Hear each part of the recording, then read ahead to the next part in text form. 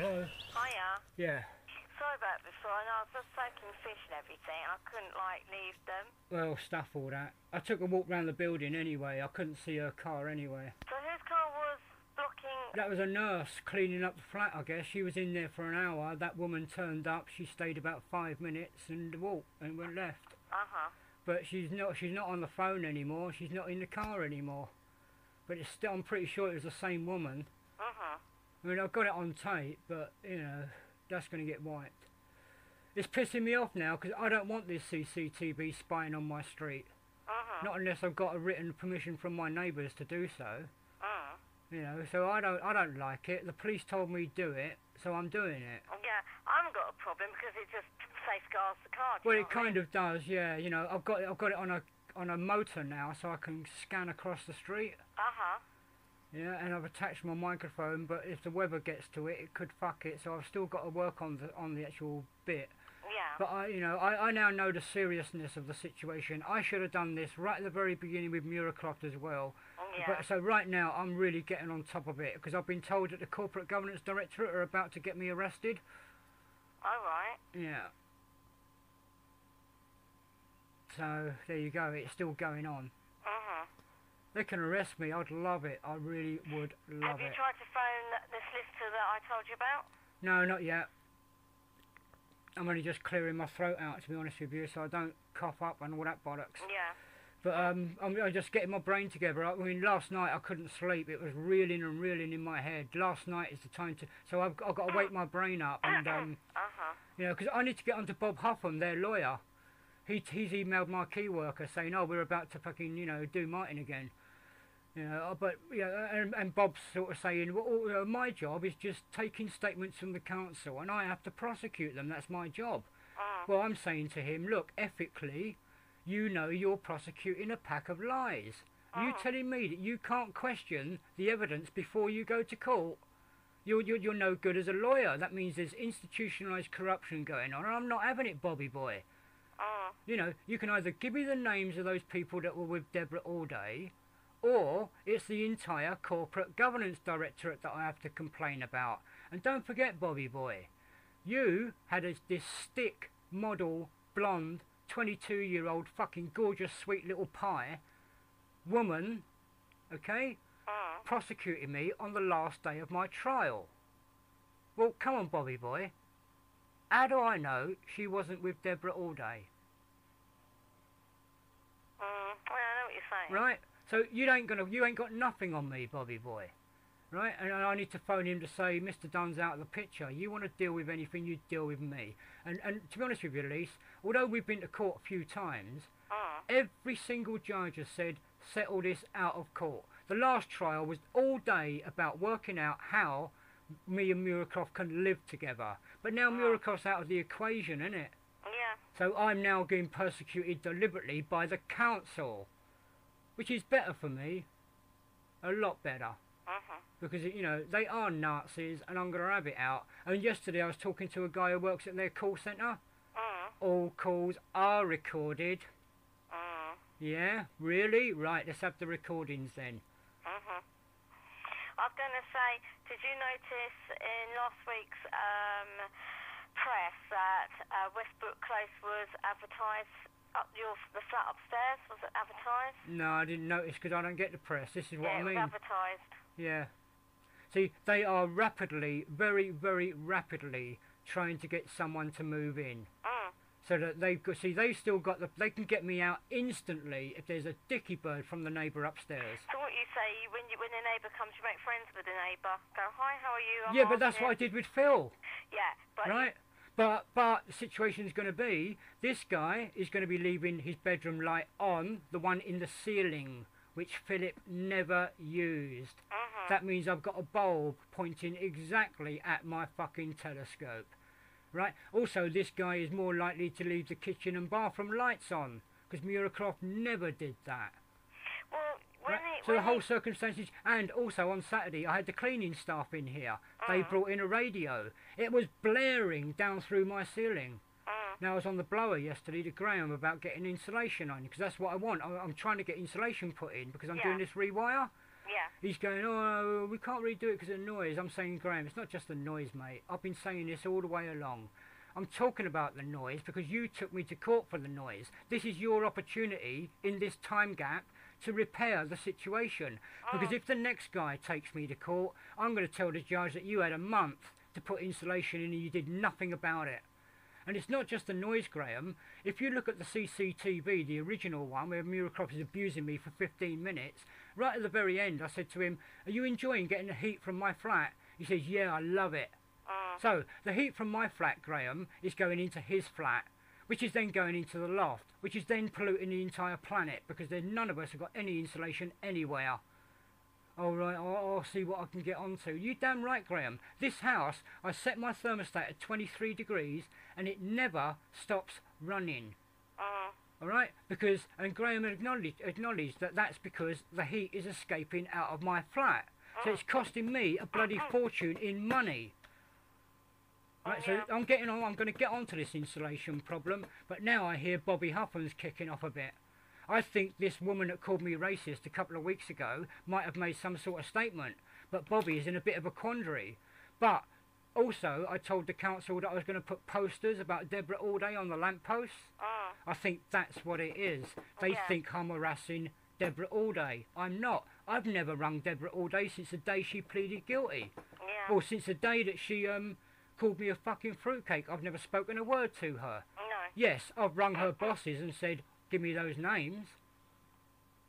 You told me. And if you look at my posters, the ones that I've written out, it's exactly the same transcript, but in pen, I've written the words, what's her name? What's her name? Instead of other person, I've written, what's her name? And I'm going to post to them. And I'm going to hit the bus stop that's right outside the Corporate Governance Directorate for a start off. And I'll tell you what, Lisa, you know the police are very up against all this anti-corruption. Yeah. Do you know why that is? I'm not kidding you. I used to go round Westminster and Scotland Yard postering Detective Sergeant Nicky Woods threatening to kill me.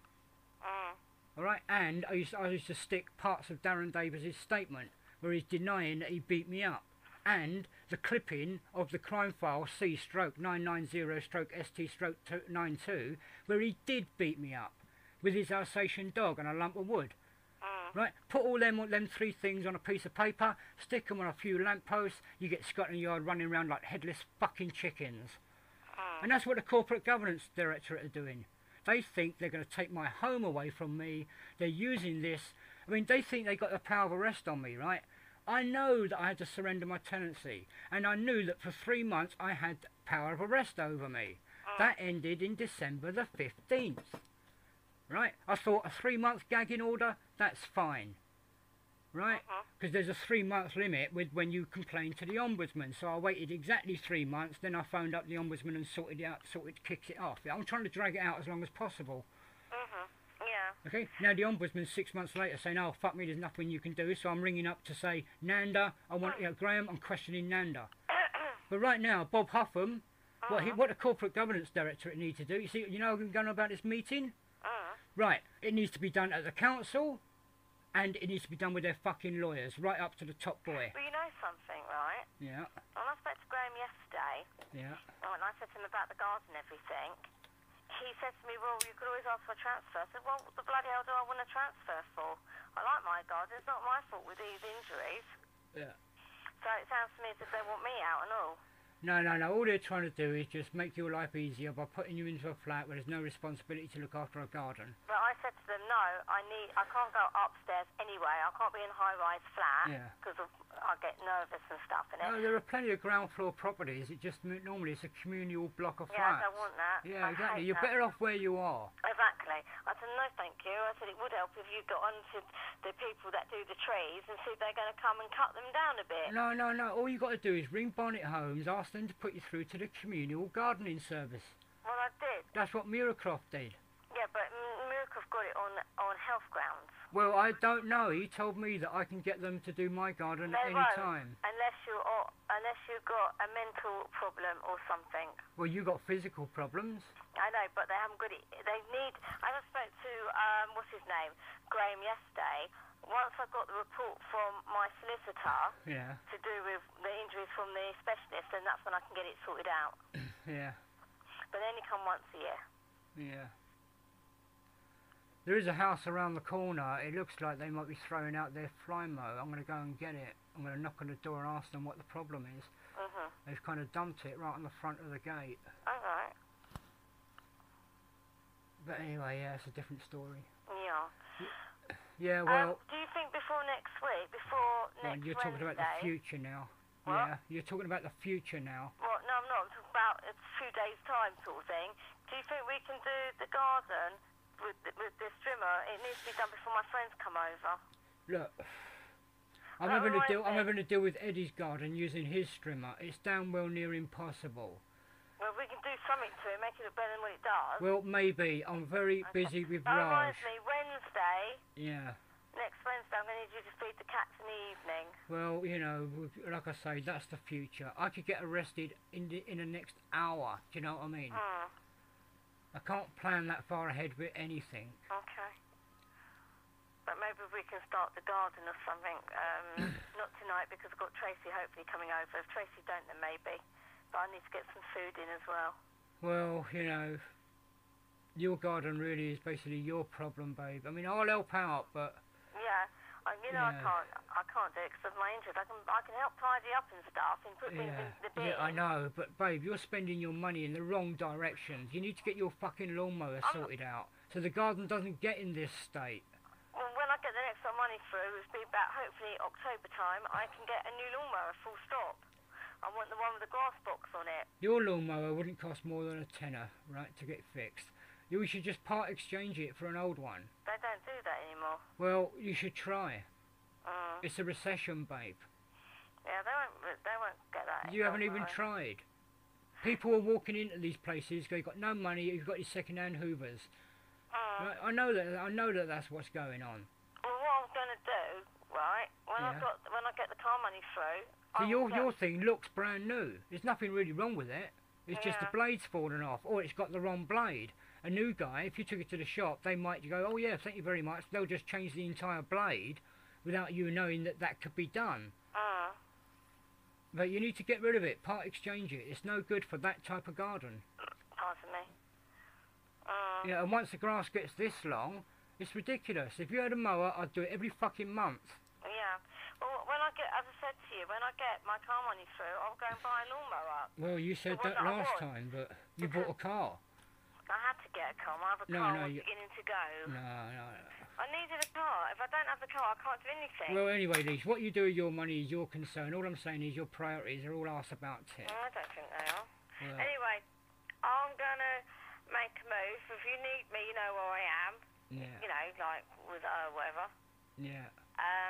Yeah, and maybe if I'll let you know if Tracy's coming over or not. I will know once she gives me a call. Yeah.